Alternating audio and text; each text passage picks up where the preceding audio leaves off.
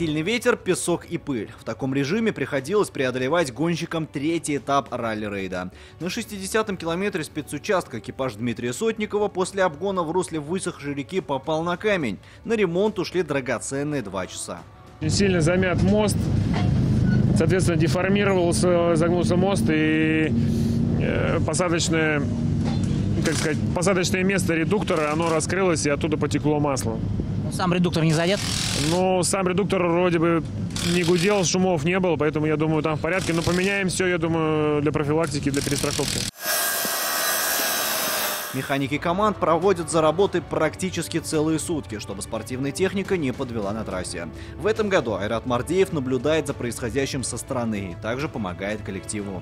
В запасных частях комплект для ремонта поддонов, я думаю, он должен вполне подойти и к решению этой проблемы. Вот, да, отверстие достаточно большое, 100 на 100. В ходе непростой борьбы первым финишировал Андрей Каргинов. На 5 минут от него отстал белорус Сергей Вязович. Антон Шибалов замкнул тройку призеров. Действительно сложная гонка. Наверное, спасибо организаторам за такую возможность испытать нас, экипажи, испытать машины. Дальше еще сложнее. Спортивные экипажи отправятся на восток, вглубь Саудовской Аравии, и преодолеют равные части песчаных, прямых и гравийных участков. Алмаз Гафиятов, ТНВ, Саудовская Аравия.